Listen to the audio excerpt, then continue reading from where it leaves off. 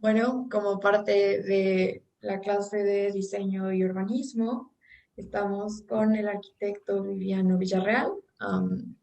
El arquitecto Viviano Villarreal es el director y fundador de Mass Operations. Él comenzó toda su carrera profesional en arquitectura en la Universidad del TEC de Monterrey y en conjunto con la Universidad Politécnica de Cataluña. Su práctica comenzó a dirigirse a lo largo de su estancia en colaboración durante 5 años con el ganador del premio Pritzker Rem Koolhaas dentro de sus oficinas en Hong Kong. Viviano ha publicado en varias revistas mexicanas de arquitectura y diseño sobre teoría arquitectónica, diseño y urbanismo. Hola, Viviano. Hola, ¿cómo están? Gusto verte otra vez, Mónica, y muchas gracias por la invitación y gusto conocerlos a todos ustedes que están por allá en Puebla. Y Veracruz. Y también nos acompaña Andrea, Marlene, Ángel y Alondra. Y bueno, para como una de las primeras preguntas, nos gustaría saber cuál fue tu primera referencia que te introdujo al concepto de la ciudad. Yo creo que la primera vez que me puse a pensar en el diseño en la ciudad, probablemente fue cuando viajé a Europa la primera vez. Y cuando viajé a Europa por primera vez fue para ir a estudiar a Barcelona. Entonces, fue también la primera vez que viví solo, fuera de casa de mis padres, y fue la primera vez que tuve que entender cómo funciona el mapa de un metro. En Monterrey no tenemos metro. Entender cómo el metro conecta toda la ciudad, cómo el sistema de comunicación, sistema de transporte público comunica toda la ciudad. Y en Barcelona, si vives ahí y si conoces algo de Barcelona, tienes que estudiar el plan Cerdá de Barcelona, que son estas manzanas con patios centrales, con esquinas ochavadas, eh, que pues transformó el mundo del urbanismo, ¿no? Después de eso, hay referencias también al plan de Washington y el plan que se hizo Haussmann en París. Entonces, la primera vez, ya no recuerdo muy bien las fechas, cuáles antes, cuáles después, pero la primera vez que empecé a pensar en la ciudad y cómo se diseña y cómo el diseño de la ciudad tiene un impacto sobre nosotros y nuestras vidas, fue cuando me fui a estudiar a Barcelona en el 2004.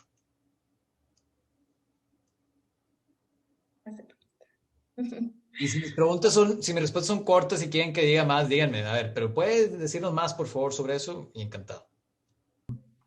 Bueno, sabemos que durante mucho tiempo REM ha creado este discurso acerca de lo que es una ciudad, ¿no?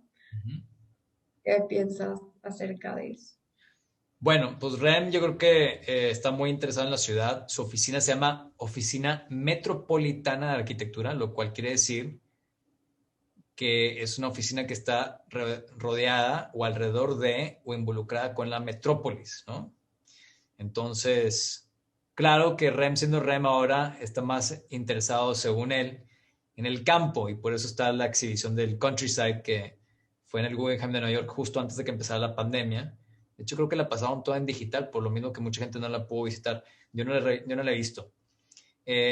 Hablé con una persona que escribe para Architectural Record y me dijo que no le había gustado mucho. Hablé con mis amigos, colegas de OMA y ex OMA y a ellos sí les gustó mucho, entonces pues no sé, también de repente ahí si eres parte del mismo equipo, pues obviamente te va a gustar. Sin embargo, normalmente somos muy críticos. Entonces Rem, claro, parte de su carrera pensando en la ciudad y bien este libro que publica, que es su tesis cuando está en Cornell, del delirio de Nueva York, ¿no? En cómo él, de una manera muy inteligente y usando como que los poderes de la semántica, dice, no, bueno, ya los manifiestos están pasados de moda, eso de que yo soy Le Corbusier y para mí la arquitectura en el futuro va a ser así, eso ya no existe. Ahora hay que ser como que reporteros, hay que como ser investigadores de contextos y a mí me interesa muchísimo Nueva York, por lo tanto voy a hacer un libro que es un manifiesto retroactivo. Es decir, vamos a irnos atrás en el tiempo para entender qué fue lo que se hizo para que se diera el fenómeno de Nueva York, ¿no? Entonces, no quiero decir, yo estoy aquí ahorita en el presente y en el futuro la arquitectura va a ser así. Yo quiero entender qué fue lo que hicieron en el pasado para haber generado Nueva York, ¿no? Entonces, es una manera muy sigilosa de ver las cosas y muy interesante de plantear un estudio y una investigación. Y bueno, yo creo que todo lo que hace OMA, porque hay que también hablar de que OMA, de cierta manera, es una escuela de REM, porque tiene de 6 a 11 socios y socias con los que desarrolla todos los proyectos. Si bien está involucrado en la mayoría, no está involucrado en absolutamente todos. Pero yo creo que todos los proyectos se alinean a una cierta metodología o una cierta manera de ver la arquitectura y la ciudad, que viene pautada desde los principios de los 80s y finales de los 70s del despacho original de OMA, que es Elias Engelis, este maestro griego, Rem Zag, ¿no? Y Neutelings, quienes todos ya no forman parte de OMA excepto por Rem, ¿no? Entonces, yo creo que desde un principio, con los estudios que tiene en el IE y con su maestría en Cornell, Rem está muy involucrado con la ciudad. Ahora, ¿qué opino yo de sus propuestas urbanas y de su arquitectura en el contexto de la ciudad? Pues tendríamos que hablar de un proyecto en particular, porque si no es una historia nunca acabar. Pero sé que es una persona que está constantemente pensando y leyendo el contexto de la ciudad.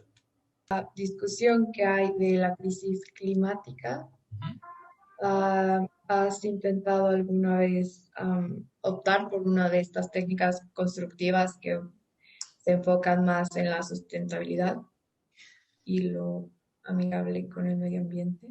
Sí, pero yo soy más fan de hacer arquitectura bien pensada, más allá que arquitectura inteligente, ¿no? O sea, por ahí Bjarke Ingels dice que por qué siempre la arquitectura sustentable tiene que parecer arquitectura verde, como caricatura, ¿no? Tiene que ser como que un domo con jardincito.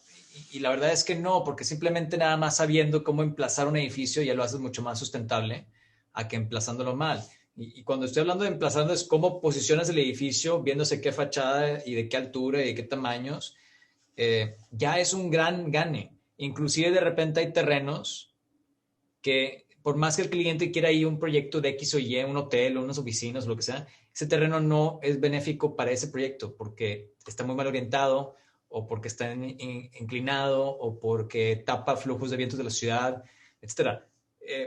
Para las ciudades que se están empezando a desarrollar a nivel de densidad importante o zonas de las ciudades que se empiezan a desarrollar importante, hace falta muchos estudios de viento, no se calcula al salir este edificio qué va a pasar con los flujos de viento y es un tema que muchas ciudades se lo están topando. Esos estudios son a nivel software muy elaborados y no cualquiera te los hace. En fin, entonces me gusta diseñar las cosas de manera inteligente y desde el principio. O sea, burda, inteligencia que no necesita tecnología. No me gusta proponer 3 sistemas de fachadas motorizados para que el edificio entonces sea súper inteligente. No, pues simplemente si para allá está el sol, vamos a taparnos del sol, ¿no? No hay que orientarnos al sol. Si para acá está el viento frío, pues hay que abrirnos a ese lado, ¿no? Entonces, de esa manera me gusta mucho, pero por ejemplo tenemos en el edificio del Corporativo de Formas del Ahorro, tenemos el techo, son 800 metros cuadrados de jardín, ¿sí? Lo cual no estuvo tan difícil convencer al cliente porque todos los empleados, todo el equipo va a disfrutar de ese jardín, son 500 personas. Pero sí, a nivel construcción es más complicado porque los sistemas de riego, el peso de la losa, todo te encarece más la obra. Pero pudimos convencer al cliente muy fácil. Le dijimos, mira, el sol te pega en el techo 30-40% del día, ¿sí? Y luego ya te pega del poniente y en la mañana del oriente. Este tiempo que te está pegando en esa losa, si tú nada más pones el puro aislante, ¿sí? Los últimos 2 o 3 pisos de tu edificio van a gastar el 30% más de luz al año. Si no tiene el jardín. Con el jardín gastas el 30% menos. Entonces, el jardín cuesta X y ese 30% de luz anual que pagas cuesta tanto. Nada más que eso es por siempre y cada año se pone más cara la luz. Entonces, lo que le vayas a meter a los sistemas de riego, al jardín y a cuidarlo, el mantenimiento, lo vas a pagar en los primeros años y luego te va a generar ganancias. fue muy fácil convencer al cliente. Entonces nos gusta ese tipo de estrategias, ¿no? Usar materiales de la zona, no traer cosas importadas, todo ese tipo de estrategias. Am, sí, creo que todo va más enfocado hacia cómo diseñar integralmente. Am, Diseño inteligente, no sistemas inteligentes. Bien, otra pregunta que tenemos es, tras la actual contingencia, ¿cómo consideras que será la mejor manera de proyectar una ciudad siguiendo los criterios de salubridad? Ya, mira, este tema, Marlene, es muy importante y probablemente te voy a decir algo que no quieres escuchar. Pero justamente por ahí en marzo y abril, cuando salió el tema, cuando se desató la pandemia, recuerdo que el Colegio de Arquitectos y la Academia convocaron inmediatamente Zooms para que todos como que sentirse que estábamos aquí vivos todavía, ¿no? Y que existíamos y si no te hacías un Zoom o un webinar no existías. Eh, y todos empezaron a hablar de que no, es que el tema de ese webinar que organizó el Colegio de Arquitectos se llamaba El futuro del espacio público post-COVID. Y yo decía, estamos en mayo, yo post-COVID, apenas está empezando post-COVID. No sabemos. No sabemos qué es este COVID-19 y cómo se contagia tal cual el aerosol y demás. Pudiéramos llegar a hablar cómo poder evitar el impacto de enfermedades que son transmitidas de manera por aire. Eso sí, pero muy específicamente post-COVID ya es reducirte a un virus muy específico. Sin embargo, les dije, yo viví en Hong Kong 8 años y en Hong Kong, cualquier día de la semana que tú te sientas con un resfriado, vas a la oficina pero vas con tapabocas. Se entiende que el tapabocas no es para protegerte a ti, es para que tú no contamines a los demás. También viene de una población que vive con una densidad increíble, muy diferente a la mayoría de nuestras ciudades en México, inclusive la Ciudad de México, porque la Ciudad de México, pues sí son 20 millones de habitantes, pero es una ciudad gigantesca, ¿sí? Hong Kong tiene 8 millones de habitantes en la mitad de terreno que tiene Monterrey como extensión de ciudad. O sea, Hong Kong tiene 15 kilómetros cuadrados menos que Monterrey y tiene el doble de población. Monterrey son 4 millones, Hong Kong son 8. Por ahí tengo unos diagramas que uso en mis conferencias que son muy buenos, que te lo comparan una mancha urbana contra la otra. La persona promedio en la ciudad de Hong Kong vive arriba del piso 30. Otra vez. La persona promedio en la ciudad de Hong Kong vive por arriba del piso 30. Es una ciudad increíblemente densa, increíblemente vertical. Entonces, cuando tienes tanta gente junta, la transmisión de un virus es súper eficiente. Por eso en la cultura ya existe y porque les ha pasado varias enfermedades como estas, donde han surgido por allá, la del Medio Oriente, la gripe aviar y demás, lo hacen y saben que funciona. Y les voy a decir una cosa, el espacio público en Hong Kong es idéntico al espacio público en Latinoamérica. Tiene nada diferente. Entonces, han pasado por todas las enfermedades y no ha cambiado el espacio. Lo que ha cambiado es la cultura y lo que hacemos nosotros. ¿Sí? Entonces, yo no creo que el espacio público tenga que cambiar. Si acaso lo que nos hace falta es más espacios públicos y más espacio verde. ¿Sí? Definitivamente, y tuve un taller en verano donde diseñamos hasta las chapas de las puertas de los nuevos departamentos, ¿no? Que la chapa de tu puerta la abras con el codo y no con la mano, por ejemplo. Se me hace muy inteligente. Diseñamos la nueva sala de aeropuertos de espera, ¿sí? Cómo es para que la gente no esté en conjunto. Entonces, definitivamente las cosas van a existir mientras tengamos este tipo de virus, ¿sí? Pero si el virus nos ataca, desarrollamos la vacuna o los medicamentos necesarios, se contagia suficiente gente para tener inmunidad y demás, en 3, 4, 5 años ya no vamos a tener. Que si va a haber más de estos, puede ser. Y cuando ya no hay este virus, pues ya no hay la necesidad de tener todos estos como que aditamentos, como máscaras y como casi cascos y demás. Entonces, es un periodo de tiempo muy corto comparado con el tiempo que ha existido el espacio público. ¿Sí? Y virus y pandemias hemos tenido todo el tiempo. Duran muy poquito. Las plagas y demás en Europa famosas, viruela acá y demás, polio. Y no, el espacio público sigue siendo el mismo que en la época de la prehistoria, ¿no? Entonces, yo no creo que vaya a tener un impacto a nivel urbano. Yo creo que a nivel diseño industrial, definitivamente. en un corto plazo, pero no algo que sea duradero. Sí, es que había otra, Pues pero sí, es prácticamente la la acabo de decir. prioridad. O sea, ya Ah, con las técnicas constructivas sustentables, o sea, ya sea por el miedo de la inseguridad o que fueran de mala calidad.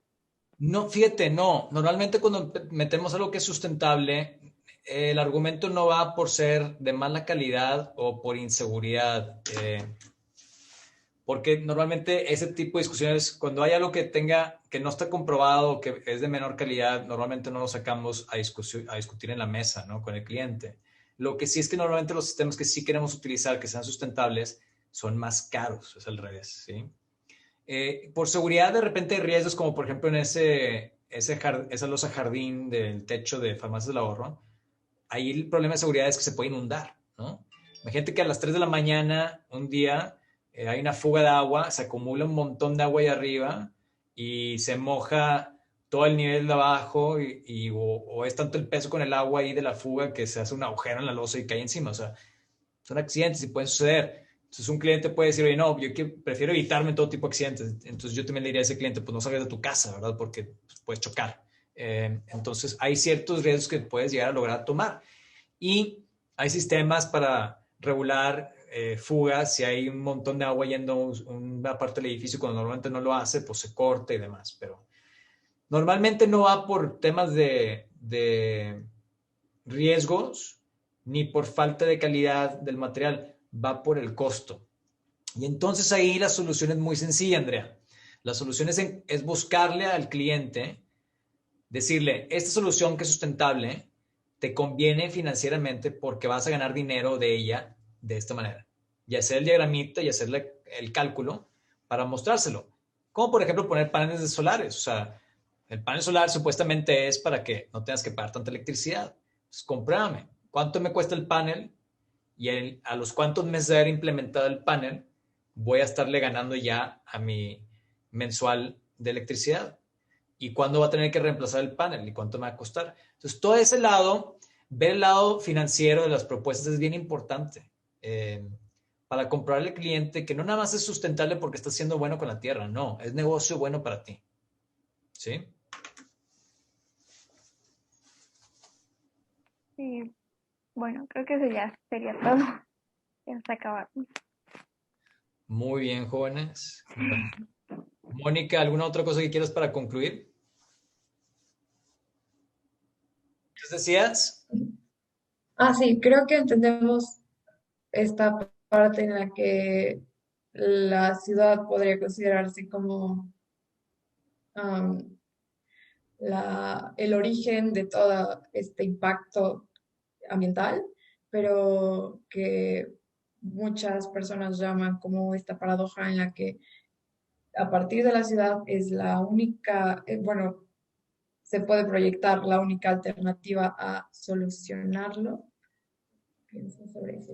Sí, mira, es un juego mental de ninjas, sí, o sea, es Ninja Mind Trick, como le dicen. Muy interesante porque criticamos la ciudad porque contamina y porque gasta mucha energía, ¿no? Y todo lo que hablen, hubo un tiempo donde surgió la frase es el Smart City y nadie sabía exactamente qué era Smart City y todo el mundo le pagaban por dar conferencias para ir a hablar del Smart City y cada quien decía que el Smart City era una cosa diferente. La ciudad inteligente, a final de cuentas, es un uso inteligente de los recursos de la ciudad. Es decir, que una ciudad gasta su energía de una manera muy eficiente. Les pongo un ejemplo muy sencillo. Una esquina en la ciudad donde es una rotonda versus una esquina de 4 altos donde cada quien llega en diferentes avenidas y se para en un semáforo, es mucho más inteligente la rotonda que la de los semáforos.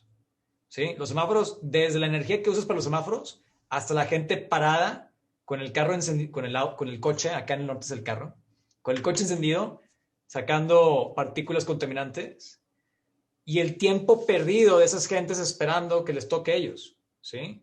Ese tiempo perdido es dinero. Tú puedes calcular el tiempo perdido de las personas en cuánto dinero no se generó ese día, ¿sí? Si yo no te permito ir a la oficina a trabajar, ya sabemos que podemos trabajar desde casa. Esa compañía perdió dinero ese día. O sea, es medible. Entonces, pues no hagamos esquinas, ¿verdad? Hagamos puras rotondas. Así es el tema del Smart City. Sin embargo, criticamos la ciudad que gasta mucha energía, pero sin la ciudad no estaríamos nosotros aquí, ¿sí? O sea, esto es posible gracias a la ciudad. Es así también como dicen, por ejemplo, se critican investigaciones en cuánto gasta, cuál es la huella de carbono de contaminación del Internet, por ejemplo, y todo el almacenaje. Entonces, creo que por ahí hay un cálculo que cada vez que mandas tú una foto por WhatsApp, estás contaminando tantos partículas, ¿no? O la huella de carbono mide tanto.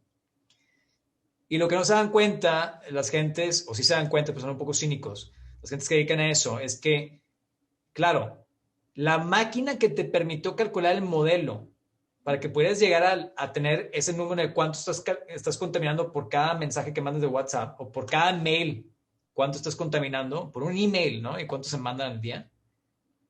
Esa computadora que te permitió calcularlo, todo lo que está procesando se está almacenando en una nube que está en uno de estos edificios gigantescos en medio del desierto donde se guarda toda esa información. Entonces, sin esos edificios gigantescos de pura información, tu cálculo para entender nuestro problema no sería posible. Y si no puedes entender el problema, no lo puedes resolver. Entonces, huevo y gallina, otra vez, es una paradoja muy interesante. Lo que sí es que hay que seguir pensando en cómo mejorarlo y cómo hacerlo siempre más eficiente y más inteligente, sin dejar atrás todo lo que sabemos los arquitectos de qué es lo que genera vida en la ciudad. Porque nada sirve una ciudad hipereficiente sin sus habitantes, o con habitantes en depresión, o con mala calidad de vida. De repente tienes que saber tú cuál es el costo de calidad de vida. Entonces es muy compleja y yo nunca he estudiado nada de urbanismo. Por algunos momentos ahí tuve la idea de hacer una maestría en urbanismo, pero no la llegué a hacer. Se me hace que es interesantísimo estudiar la ciudad y creo que definitivamente la ciudad es el invento más importante de la humanidad después de el fuego, ¿sí? Entonces no te Bueno, puedo contestar esa pregunta, Mónica, nada más te puedo dar comentarios. no, muchas gracias. Nos sirvió mucho para concluir un poco con lo que el paradigma de la ciudad. Y bueno, creo que esto sería todo para terminar de grabar. Muy bien, Juanes. Bueno, entonces voy a dejar de grabar aquí a la de 3. Los agradezco a ustedes por la invitación y cuando tengan alguna pregunta saben que con todo gusto. Bueno, aquí cumplimos la grabación.